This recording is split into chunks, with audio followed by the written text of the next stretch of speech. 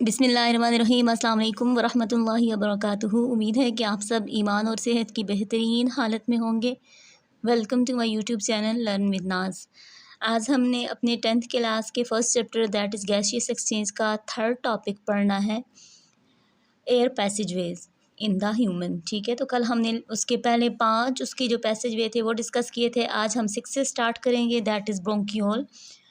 तो बिस्मिल्लाहिर्रहमानिर्रहीम। ब्रोंकियोल की आप यहाँ पे हेडिंग देंगे। ठीक है, तो ब्रोंकाई जब डिवाइड होती है तो वो क्या बना देती है, ब्रोंकियोल्स। तो यहाँ पे उसकी डेफिनेशन आ जाएगी, आपने हेडिंग देनी है, हेडिंग नंबर 6 ब्रोंकियोल्स। आगे आप लिखेंगे definition, the bronchi continue dividing in the lungs until they make several fine tubes called bronchiole। Fine tube का मतलब होता है छोटी छोटी ट्यूब्स। ठीक है, उसके बाद 7 नंबर पे आपकी हेडिंग आएगी एल्व्यूलर डक्ट और साथ ही alveoli, alveolar duct and alveoli, ये आपकी एक हेडिंग बनेगी। फिर आगे आप बोलेंगे कि the bronchioles progressively lose the cartilage as they become narrower, कि जैसे जैसे आपकी ब्रोंकियोल्स मज़ीद डिवाइड होती जाती हैं उनके अंदर से कार्टिलेज क्या हो जाता है, ख़त्म हो जाता है। तो यहाँ पे एक बात काबिल गौर है कि यहाँ तक जो आपका एयर पैसेज वेज थे ना ब्रोंकियोल्स तक, उन सब में क्या था, कार्टिलेजनस बोन थी। लेकिन आगे जो शुरू होंगे वो सिर्फ मस्कुलर होंगे, वो सिर्फ गोश्त से बने होंगे, उनके अंदर कुरकुरी हड्डी या कार्टिलेजनस बोन नहीं होगी। ठीक है, the bronchioles end as a fine tubules called the alveolar ducts, जो बहुत ही छोटी ट्यूब होती हैं जिनका डायामीटर जो होता है बहुत ही फाइन होता है, उनको बोला जाता है ट्यूब्यूल्स। ठीक है, और उससे भी छोटी जो आपकी नालियाँ होती हैं उनको क्या नाम लिया जाता है, डक्ट का। एल्व्यूलर यहाँ पे क्या, डक्ट्स का नाम क्या है, एल्व्यूलर डक्ट्स। तो ब्रोंकाई ने डिवाइड होकर क्या बनाया, ब्रोंकियोल, और ब्रोंकियोल ने डिवाइड होकर क्या बना दिया, एल्व्यूलर डक्ट। अब आगे जो आपकी हर एल्व्यूलर डक्ट है ना वो पाउचेस के अंदर जाके क्या होती है, ओपन होती है। यूँ समझ लें जैसे अंगूर का गुच्छा होता है, पीछे से अंगूर की डंडी आ रही है ना, आगे जाके जो हर डंडी है वो किस में जाके एंड हो रही है, अंगूर के अंदर जाके एंड हो रही है, अंगूर के दाने के अंदर। तो इसी तरह से आप यूँ समझ लें जो मेन उसके ऊपर से ब्रांच आ रही है वो कौन सी है, ब्रोंकियोल्स है। और ब्रोंकियोल डिवाइड होकर एल्व्यूलर डक्ट बना रही है, और हर एल्व्यूलर डक्ट जो है वो किस में जाके ओपन हो रही है, एल्व्यूलाई के अंदर ओपन हो रही है। ठीक है, the alveoli form the respiratory surface. अच्छा, यहाँ तक इसकी डेफिनेशन आ जाएगी एल्व्यूलाई और एल्व्यूलर डक्ट की, इधर ब्रोंकियोल से लेके एल्व्यूलाई तक। आगे आपकी हेडिंग आएगी ये वाली, function and structure of alveoli, कि एल्व्यूलाई का फंक्शन क्या होता है, जो पाउचेज होते हैं उनका फंक्शन क्या होता है, उनकी स्ट्रक्चर क्या होती है। तो आप लिखेंगे the alveoli form the respiratory surface in the human body, के जहाँ पे मेन रेस्पिरेशन होती है, जो ज़्यादा सरफेस एरिया प्रोवाइड करती है आपकी गैसियस एक्सचेंज को ह्यूमन बॉडी के अंदर, वो कौन सी चीज़ होती है, आपकी एल्व्यूलाई होती है। आगे इसकी स्ट्रक्चर बता रहा है, ईच एल्व्यूलस सिंगल होगा तो हम क्या बोलेंगे, एल्व्यूलस। और अगर ओवरऑल सब की कलेक्टिवली हम बात करें पाउचेस की तो हम उनको क्या नाम देंगे, प्लूरल में, alveoli. Each alveolus is a sac-like structure lined by the single layer of epithelial cell। ठीक है, इनसाइड ये किससे बना हुआ होता है, single layer of epithelial cell, जो आपके स्किन सेल्स होते हैं जो कवरिंग बनाते हैं आपकी बॉडी की या किसी भी आर्गन की, उसको नाम क्या दिया जाता है, एपिथेलियल सेल। और आउटसाइड से, अंदर वाली साइड से ये आपके किससे मिलकर बने, एपिथेलियल से, और आउटसाइड से these are bound by the network of capillaries, कि ये कैपिलरीज के नेटवर्क से क्या होते हैं, बाउंड होते हैं, बिल्कुल कवर होते हैं। तो यहाँ तक ये जो आपकी हेडिंग है function and structure of alveoli, उसके अंदर आ जाएगा। यहाँ पे देखिए उसने आपको बताया है कि ब्रोंकाई डिवाइड होके क्या बना रही है, ब्रोंकियोल्स बना रही है, ब्रोंकियोल्स ने डिवाइड होके क्या बना दिया, आपका एल्व्यूलर डक्ट बना दिया है। अब यहाँ पे उसने अलग से आपको निकाल के दिखाया है कि कैपिलरीज़ हैं, और कैपिलरीज़ किस तरह से, ये एल्व्यूलाई अंगूर के गुच्छे की तरह आप देख सकते हैं, उसके इर्द गिर्द जो है वो किस तरह से कैपिलरीज़ का नेटवर्क होता है। तो ये उसकी स्ट्रक्चर है आपकी एल्व्यूलाई की। तो यहाँ तक जो है आपका एयर पैसेज मुकम्मल हो जाता है।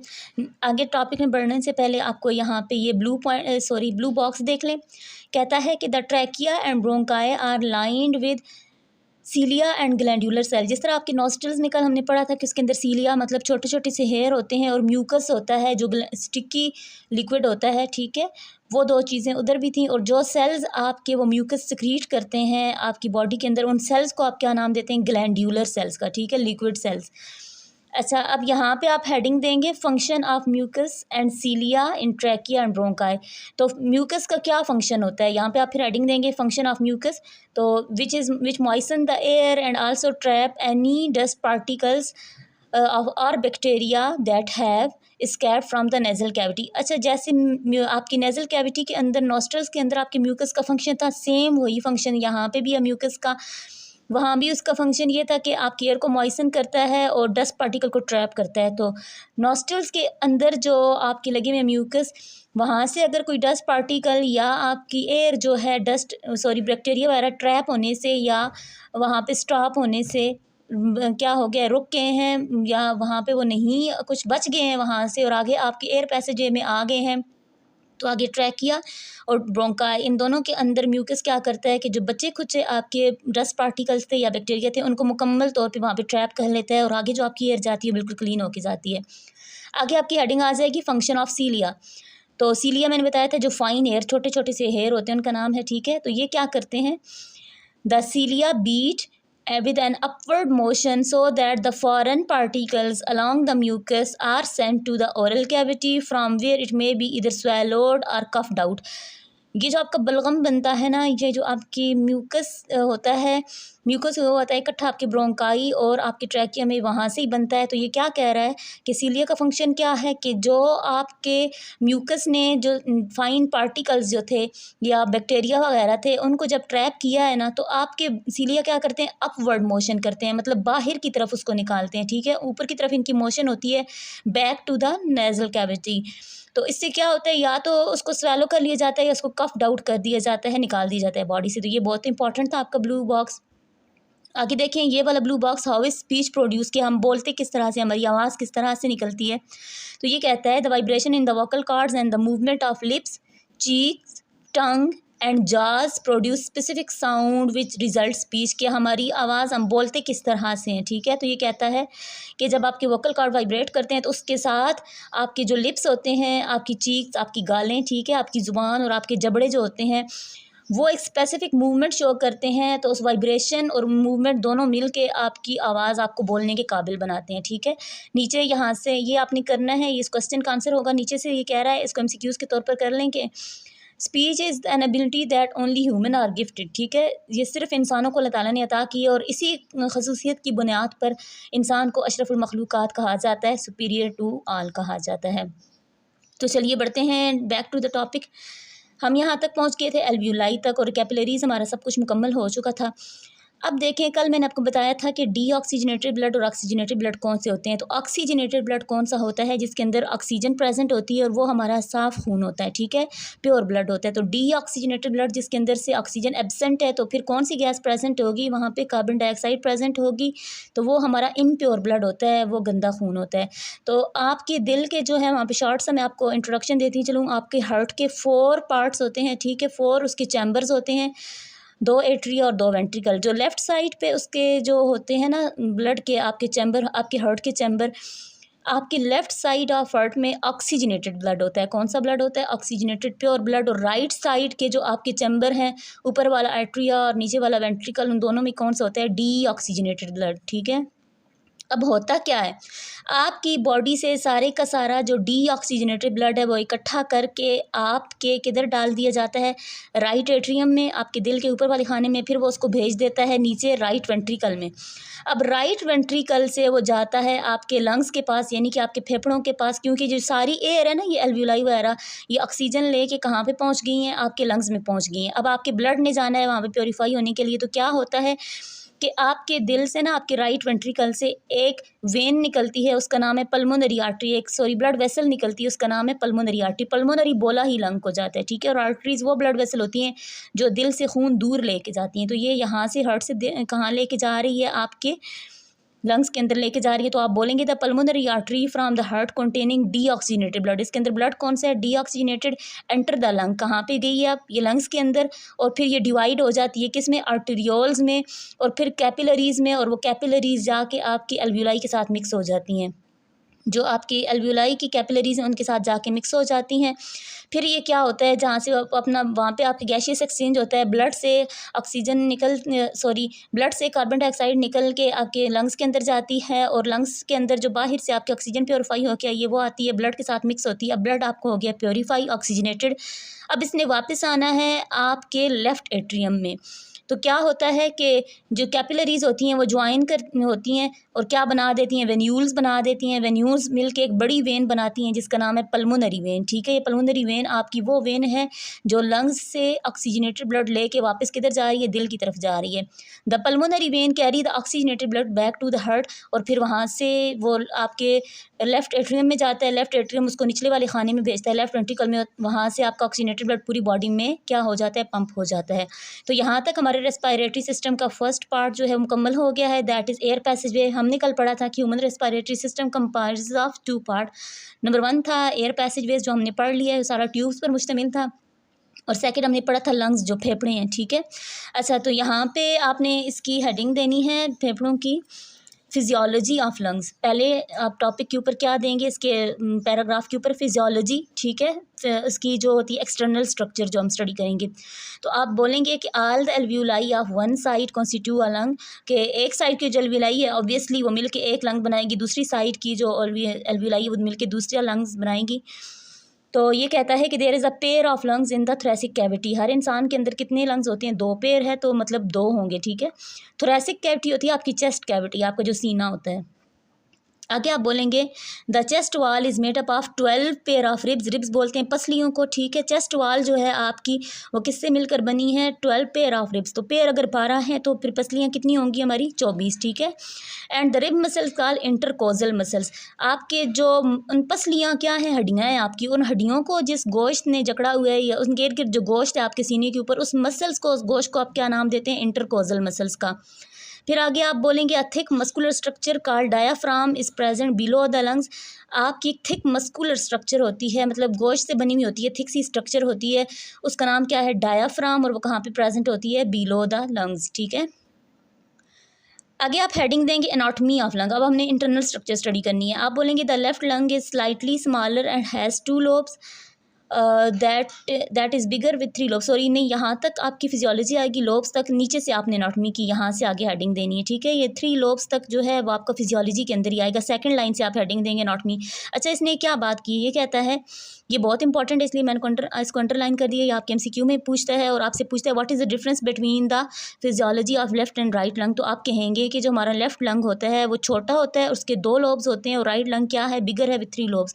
अब यहाँ पे लोब्स क्या है, ये देखें, लोब्स होते हैं ये जो उभार होते हैं, ठीक है। ये आपका कौन सा है, लेफ्ट है, और देखें ये स्मॉलर है और इसके 2 लोब्स हैं, एक इधर कोना बना हुआ है, एक इधर कोना बना हुआ है। जो राइट है वो क्या है, थोड़ा बड़ा है, और इसके 3 उभार बने हुए, ये 3 लोब्स बने हुए, 1 2 3। डायाफ्राम जो हमने पढ़ा था अभी के, वो एक मस्कुलर स्ट्रक्चर होती है, ये नीचे से यूँ समझ लें डूम शेप, गुंबद शेप की स्ट्रक्चर होती है, जहाँ पे आपके जो दोनों लंग्स हैं वो एंड हो रहे होते हैं, उसने कवर कर रखा होता है, ये गोश्त से बनी हुई होती है, इसलिए इसको हम क्या नाम देते हैं, डायाफ्राम का, ठीक है। तो यहाँ तक थी आपकी स्ट्रक्चर। आगे देखें, एनाटॉमी में आप बात करेंगे कि they are spongy and elastic organ. जो आपके लंग्स होते हैं ना वो स्पॉन्जी, स्पॉन्जी मीन के नेट लाइक होते हैं, इतनी इनकी थिक वाल नहीं होती, स्पॉन्जी से होते हैं, इलास्टिक होते हैं, मतलब इनके अंदर एबिलिटी होती है कि वो कॉन्ट्रैक्ट कर सकें और एक्सपेंड कर सकें, मतलब सिकुड़ सकें और फैल सकें। The lungs also have blood vessel that are the branches of pulmonary artery and vein. आपके लंग्स के अंदर क्या होती हैं, ब्लड वेसल्स होती हैं, जो किसकी ब्रांचेज होती हैं, आपकी जो पल्मोनरी आर्टरी थी ना उसकी, और पल्मोनरी वेन की ब्रांचेज होती हैं, वही आपके लंग्स के अंदर ब्लड वेसल्स होती हैं। आगे आप हेडिंग देंगे मेम्ब्रेन की, ठीक है। सब हेडिंग आएगी एनाटॉमी ऑफ लंग्स में, पहली सब हेडिंग आ रही है दैट इज़ मेम्ब्रेन्स। मेम्ब्रेन क्या होती है, कवरिंग होती है, आउटर कवरिंग होती है आपकी किसी भी ऑर्गेनेली की, किसी भी ऑर्गन की। तो ये कह रहा है each lung is enclosed bye 2 membrane. Outer जो होती है उसको हम कहेंगे आउटर पेल्यूलर मेम्ब्रेन, और दूसरी क्या होगी, इनर पेल्यूलर मेम्ब्रेन। यहाँ तक हेडिंग इस हेडिंग के अंदर आ जाएगा। आगे आप हेडिंग देंगे function of liquid present between the membrane, ठीक है। जो आपके पेल्यूलर मेम्ब्रेन के अंदर जो लिक्विड होता है उसका नाम, उसका क्या फंक्शन है। तो आपकी जो मेम्ब्रेन होती है ना, इन दोनों के अंदर एक लिक्विड होता है, लिक्विड का क्या फंक्शन होता है, आप लिखेंगे the membrane encloses a fluid which provide lubrication for the free expanding and contracting movement of lungs. के वो जो लिक्विड होता है वो लुब्रिकेशन प्रोवाइड करता है, मतलब उसको ऑयली टेक्सचर प्रोवाइड करता है, या उसको क्या कर देता है, आप यूँ कह लें कि उसको नम कर देता है, गीला कर देता है, ताकि जब वो एक्सपैंड करे, एक्सपैंड का मतलब सिकुड़े, और सॉरी एक्सपैंड का मतलब फैले और सिकुड़े, तो जब आपके लंग्स फैलें और सिकुड़ें तो तब उनकी जो सरफेस है वो फट ना जाए, ठीक है, ताकि वो लुब्रिकेट रहें, ऑयली रहें, ताकि वो इजीली जो उसकी मेम्ब्रेन्स हैं वो उनकी स्ट्रक्चर आपके लंग्स की वैसी ही रहे, ठीक है। तो आपके लंग्स जो होते हैं वो एक्सपैंड और कंट्रैक्ट क्यों करते हैं, तो एक्सपैंड जब आपके लंग्स करते हैं ना, ठीक है, जब आप सांस बाहर निकालते हैं तो उस वक्त आपके जो लंग्स होते हैं कॉन्ट्रैक्ट कर रहे होते हैं, मतलब सिकुड़ रहे होते हैं। तो उसका क्या मतलब है कि कार्बन डाइऑक्साइड आपकी बॉडी से बाहर निकल रही है। आप सांस लेते हैं तो ज़रा गौर कीजिएगा कि आपके जो लंग्स होते हैं वो रिदमिक एक्सप्रेशन से क्या कर रहे होते हैं, एक्सपैंड भी कर रहे होते हैं, कॉन्ट्रैक्ट भी कर रहे होते हैं। फिर जब आप एक्सपैंड करते हैं ना, जब आपके सीना जो होता है फैल जाता है, या जब आपके लंग्स फैल जाते हैं, तो इसका क्या मतलब है कि बाहर से जो ऑक्सीजन होती है वो अंदर आ रही है। एक्सपैंड का मतलब होता है फैल जाना, ठीक है। तो बार बार इन्होंने यही कुछ करना होता है, सारा दिन इनका यही काम होता है आपके लंग्स का। तो अगर ये आपका लुब्रिकेशन ना हो, आपकी जो वाल्स हैं वो ऐसे ही खुश्क रहें, तो वो फट जाएंगी। तो इसलिए ये जो आपका लिक्विड होता है वो लुब्रिकेशन प्रोवाइड करता है, ठीक है। ये आपका टॉपिक है, साथ इसकी बहुत ही इंपॉर्टेंट है। पिछले टॉपिक की भी डायग्राम इंपॉर्टेंट थी, एयर पैसेज वे की, और उसकी भी डायग्राम बहुत इंपॉर्टेंट है। आप इसमें लंग्स ड्रॉ करेंगे, ठीक है, दरमियान में हार्ट है।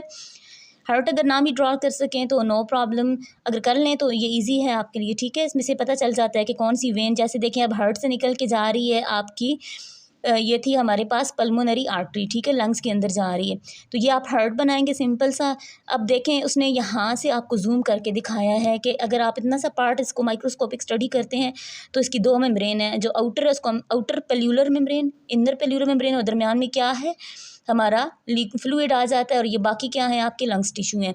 तो पिछले जो टॉपिक की आपकी डायग्राम थी वो भी आपकी बहुत इंपॉर्टेंट है, जिसमें आपने तमाम एयर पैसेज वेज बता देने हैं। अक्सर वो आपसे सिर्फ डायग्राम ही पूछ लेते हैं, तो इसमें भी आप सिंपल नॉस्ट्रल्स बनाएंगे। फिर जैसे जैसे आपने सीक्वेंस में पढ़ा है ना, वो सारी आप चीज़ें बनाते जाएंगे। फेरिंग्स है, एपिग्लॉटिस, ग्लॉटिस, फिर आगे ट्रैकिया, फिर ब्रोंकाई, फिर आपके ब्रोंकियोल्स, और फिर लंग्स वगैरह, ठीक है, ये सारी चीज़ें। तो आज का आपका टॉपिक इतना ही। हमारा जो है वो air passage way in human ख़त्म हो गया है, सॉरी रेस्पायरेशन इन ह्यूमन जो है गैशियस एक्सचेंज वाला जो टॉपिक था वो हमारा ख़त्म हो गया। कल हम इंशाल्लाह पढ़ेंगे कि किस तरह से हमारे जो डायाफ्राम होते हैं, ये लंग्स होते हैं, एक्सपैंड और कॉन्ट्रैक्ट किस तरह से करते हैं, वो डिटेल में हम पढ़ेंगे। तो आज का आपका असेसमेंट है कि आपने डिफ़ाइन करना है ब्रोंकियोल्स को, ठीक है, function of cilia and mucus in trachea, जो ब्लू बॉक्स था ये आपके 4 मार्क्स होंगे। फिर आगे explain the lungs along with diagram. तो इसकी असेसमेंट ख़ुद से कर लीजिएगा, ठीक है, ताकि आपको आइडिया हो जाए कि आपको टॉपिक कितना कवर हुआ है। तो उम्मीद है कि आपको टॉपिक बहुत अच्छे से समझ आ गया होगा। फिर भी अगर एनी क्यूरी है आपके माइंड में तो आप कमेंट सेक्शन में पूछ सकते हैं। कल इंशाल्लाह मिलते हैं नेक्स्ट वीडियो के साथ। तब तक अपना और अपने चाहने वालों का बहुत ख्याल रखिएगा। मुझे अपनी दुआओं में याद रखिएगा, और मेरे इस चैनल लर्न विद नाज को सब्सक्राइब कीजिएगा, और अपने दोस्तों के साथ और चाहने वालों के साथ ज़रूर शेयर कीजिएगा। अल्लाह हाफिज़।